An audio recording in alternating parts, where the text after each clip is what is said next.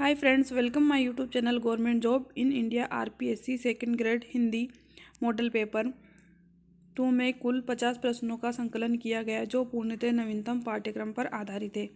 इस टेस्ट में रस, अलंकार, छंद, काव्य गुण, दोष, शब्द शक्तियाँ व 12th की पुस्तकों के प्रश्नों का समावेश किया गया है। सभी प्रश्न नवीनतम पाठ्यक्रम पर आधारित है। तो friends, RPSC second grade exam 22 दिसंबर 2022 के लिए बहुत इम्पोर्टेंट क्वेश्चन है जो एग्जाम में पूछे जा सकते हैं। क्वेश्चन नंबर 51, दुनिया रोज बोलती है काव्य संग्रह के रचनाकार कौन है? A option Kunwar Narayan, B Shamsher Bahadur, C Alok Dhanwa, D Umashankar Joshi. सी इसका आंसर होगा आलोक धनवा। क्वेश्चन नंबर 52, आरोह भाग 2 में संकलित कविता बात सीधी थी कवि कुंवर नारायण के किस काव्य संग्रह से संकलित है? ए ऑप्शन इन दिनों, बी आकारों के आसपास, सी अपने सामने, डी कोई दूसरा नहीं। इसका राइट आंसर होगा डी कोई दूसरा नहीं। क्वेश्चन नंबर 53, कवि शमशेर बहादुर सिंह को उनके किस काव्य संग्रह पर सन 1977 में साहित्य अकादमी पुरस्कार से सम्मानित किया गया? ए इतने पास अपने, बी चुका भी हूँ नहीं मैं, सी बात बोलेगी, डी काल तुझसे होड़ है मेरी। तो इसका राइट आंसर होगा बी चुका भी नहीं मैं। क्वेश्चन नंबर 54, महादेवी वर्मा रचित भक्तिन स्मरणात्मक रेखा चित्र के अनुसार जब के भक्तिन के पति की मृत्यु हुई तब भक्तिन की आयु थी? ए 29 वर्ष, बी 25 वर्ष, सी 29 वर्ष, डी 27 वर्ष। तो इसका राइट ऑप्शन होगा सी 29 वर्ष। क्वेश्चन नंबर 55, आरोह भाग 2 में संकलित रचना काले मेघा पानी दे की विदा है? ए संस्मरण, बी रेखाचित्र, सी कहानी, डी आत्मकथांश। इसका राइट ऑप्शन होगा ए स्मरण। क्वेश्चन नंबर 56, पश्चिंती कहानी अनकहानी मानव मूल्य और साहित्य निबंध संग्रह के रचनाकार हैं? A Jainendra Kumar, B Dharamvir Bharati, C Vishnu Khare, D Phanishwar Nath Renu. इसका राइट ऑप्शन होगा B Dharamvir Bharati. Question number 57, जन्म क्रमानुसार निम्न साहित्यकारों का सही क्रम होगा? ए शमशेर बहादुर सिंह, महादेवी वर्मा, फणीश्वर नाथ रेणु, मुक्तिबोध।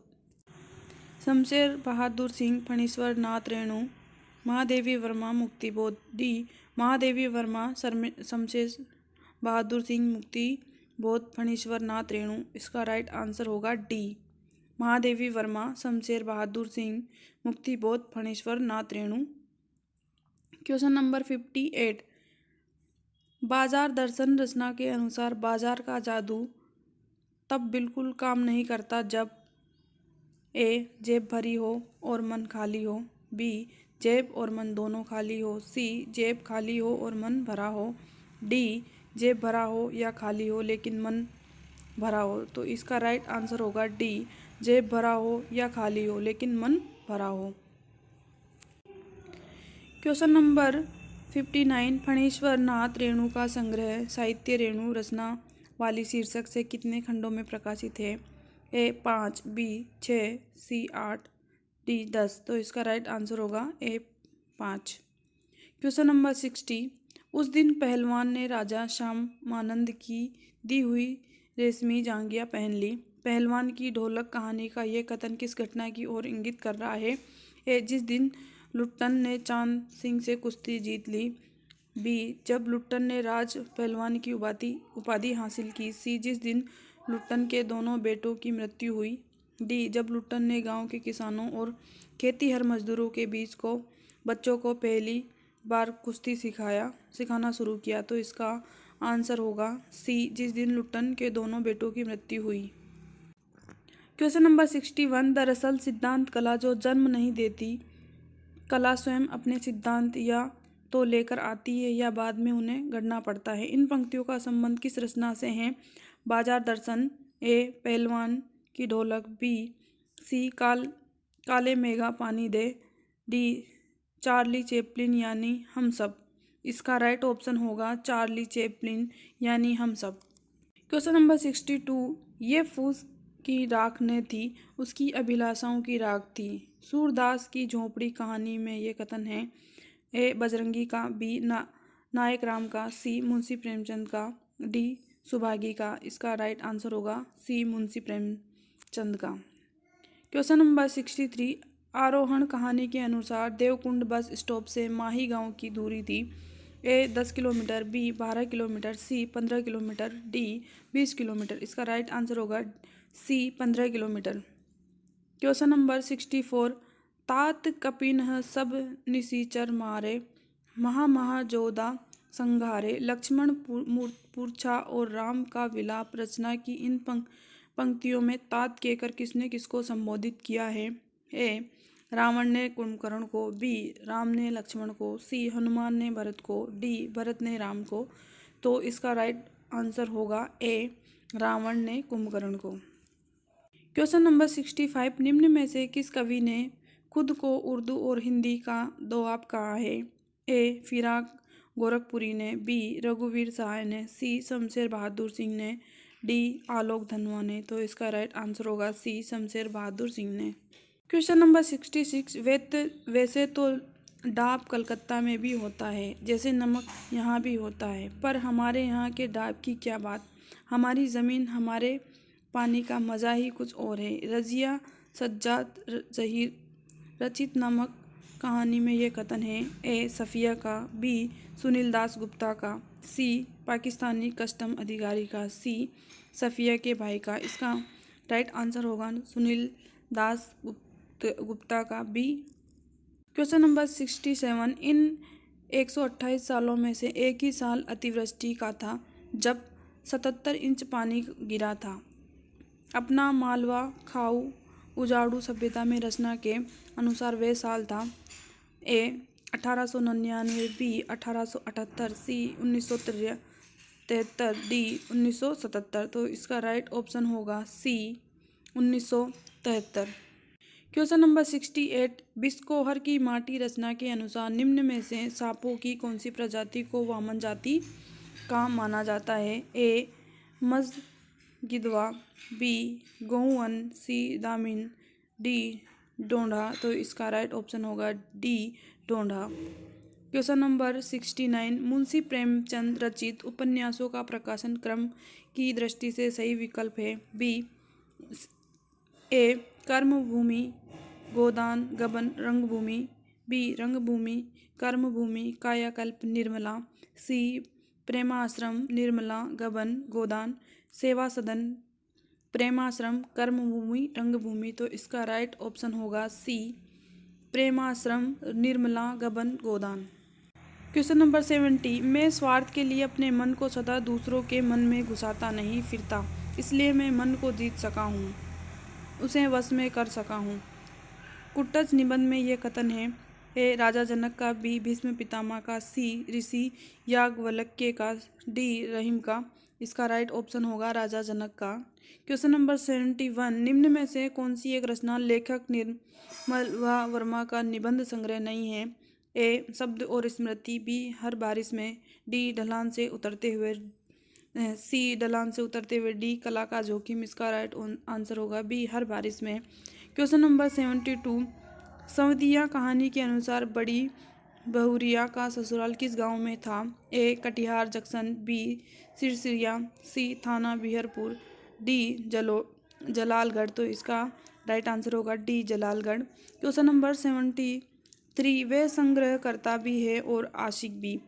कच्चा चिट्ठा रचना में लेखक ब्रजमोहन व्यास ने यह विशेषता किसकी बताई है। ए ठाकुर गोपाल शरण सिंह, बी भाई कृष्णदास, सी भाई भगवंत दास, डी डॉक्टर सतीश चंद्र काला। इसका राइट ऑप्शन होगा भाई कृष्णदास। क्वेश्चन नंबर 74, इनमें से कौन सा अजय रचित उपन्यास नहीं है।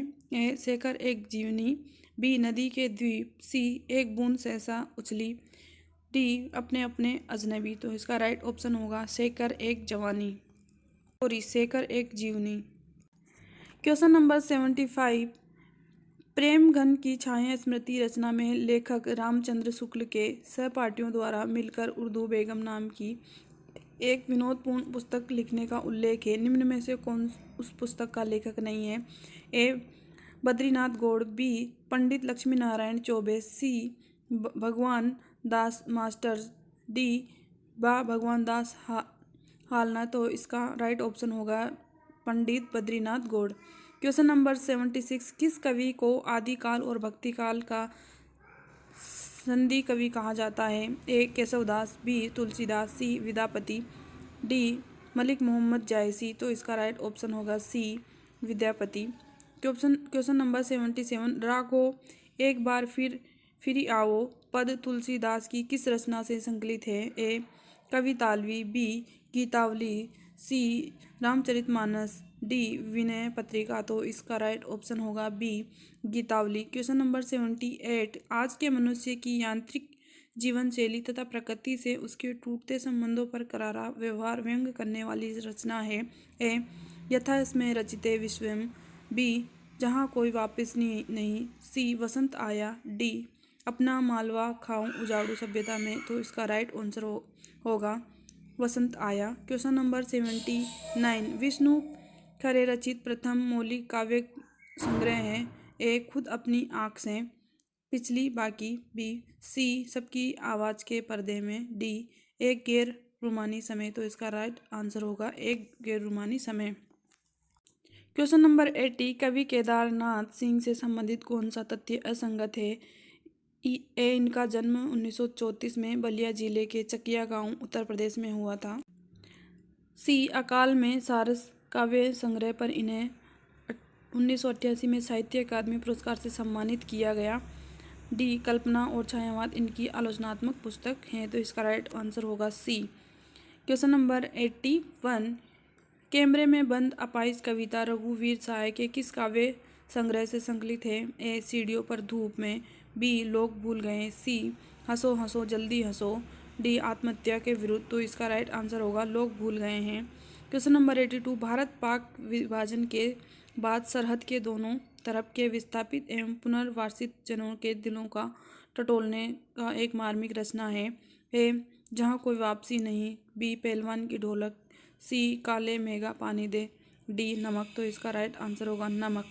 क्वेश्चन नंबर 83, आचार्य हजारी प्रसाद द्विवेदी रचित अंतिम उपन्यास है?